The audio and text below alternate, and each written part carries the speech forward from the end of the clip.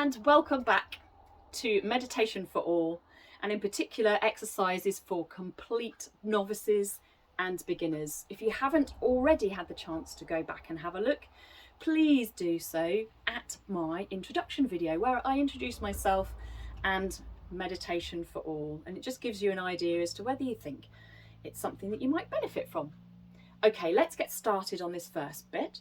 This is a video that's going to show you how to just warm up and energise your spine. It's quite important that we do this so that we don't get any backache whilst we're in a seated position for our meditation practices.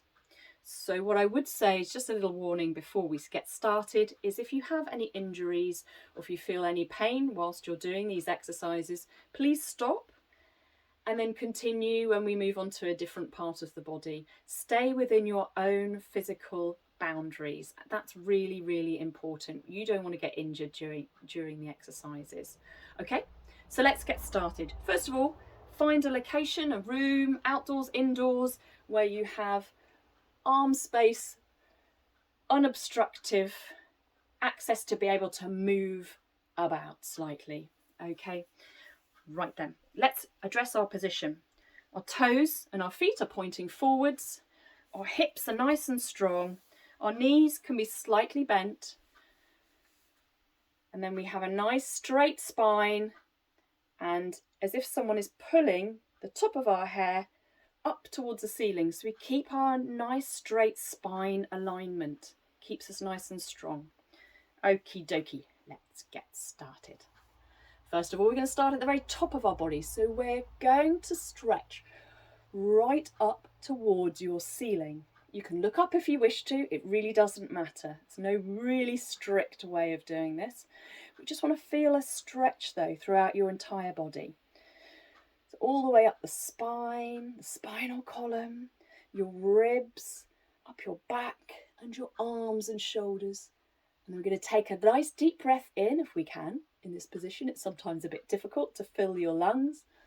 And we're going to turn our palms outwards, keeping our arms straight, and allow our fingertips to feel like they're being pulled out to the walls. So we're really stretching our arms and lowering whilst breathing out our arms down towards our sides. Now we have two big shoulder rolls backwards, so nice big slow movements.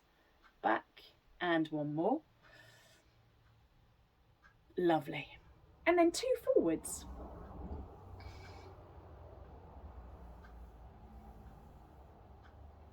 Now we're going to work on our neck. So imagine you're being pulled up towards the ceiling, as I mentioned just a moment ago. So you have a nice stretched out spine, keeping your shoulders back and down. That's quite important. And now we're going to tilt our head just to the side, not looking to the side, but so that our ear is trying to journey towards our shoulder. Keeping the opposite shoulder down, because there's a tendency to raise your shoulder. So the bending is only from the neck area, not from halfway down your chest. Okay, so we're going to tilt our ear, just our ear towards our shoulders, and you'll feel a lovely stretch up the opposite side of your neck to the way that you're leaning. And if you want to increase that stretch, what you can do is pretend that your fingers are being pulled to the floor of the arm that is opposite to the way that you're leaning. So I'm leaning to the right, or for you looking at me, it'd probably be to the left, and it's my opposite arm. So this is my left arm that I'm pulling down towards the floor, and that just increases the stretch down the side of your neck. And then when you're ready, bring your head back up to center, and we do it the same again the other side. Just leaning our ears over towards our shoulder, not tilting our head, just our ears. That's it. And you can increase the stretch on this side by pretending that your fingertips are being pulled towards the floor of the arm opposite to the way you are leaning your head. So in this instance, it's my right arm that's being pulled to the floor, and I'm leaning towards my left, or as you're looking at me, to the right. Lovely. And then back up to center. Excellent. Now we're going to do some side bends. And for this, it's really important that you keep your hips as static as possible, because the bends are going to be from the waist area.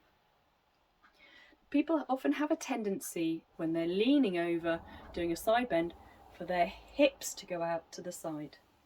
Okay, we don't want that at all because that can injure your back. So we're going to keep our hips, our knees and our feet all in lovely straight alignment.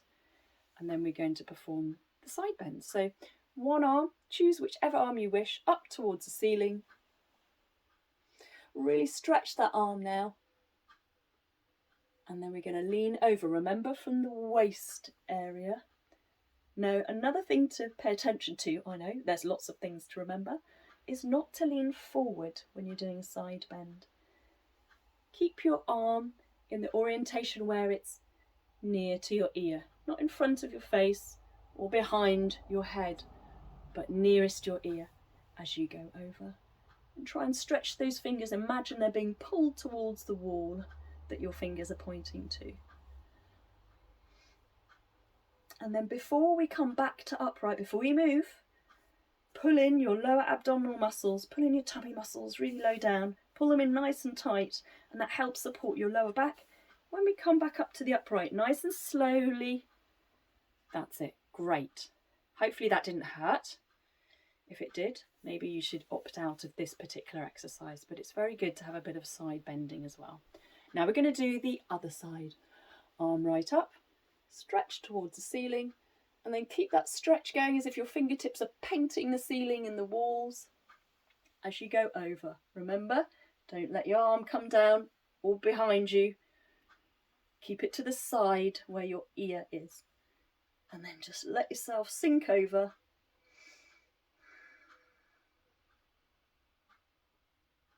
And then when you're ready to come back up again to the central position, pull those lower abdominal muscles in to support your lower back. You don't want to hurt your back at all. We're here to protect it. That's why we're doing the spinal warm-up. So come on up, lower your arm, down to your sides. Fantastic. Give yourself a little wiggle.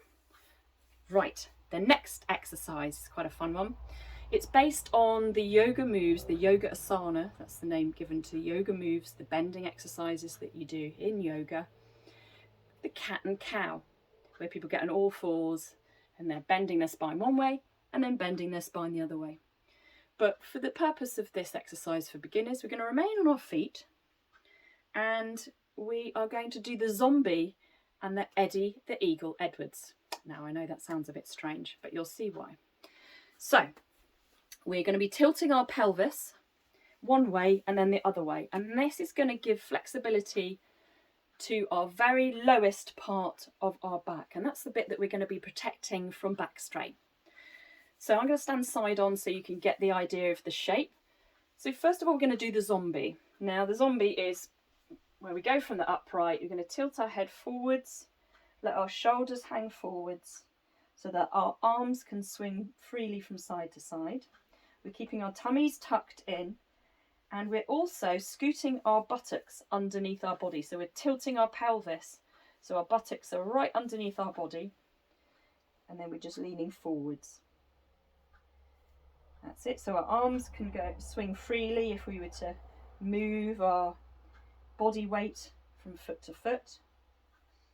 And now we're going to change our position to what I call Eddie the Eagle Edwards. For those of you that don't know, back in the 80s, there was a lovely gentleman who captured the hearts of the British people. He was called Eddie the Eagle Edwards. That was his nickname.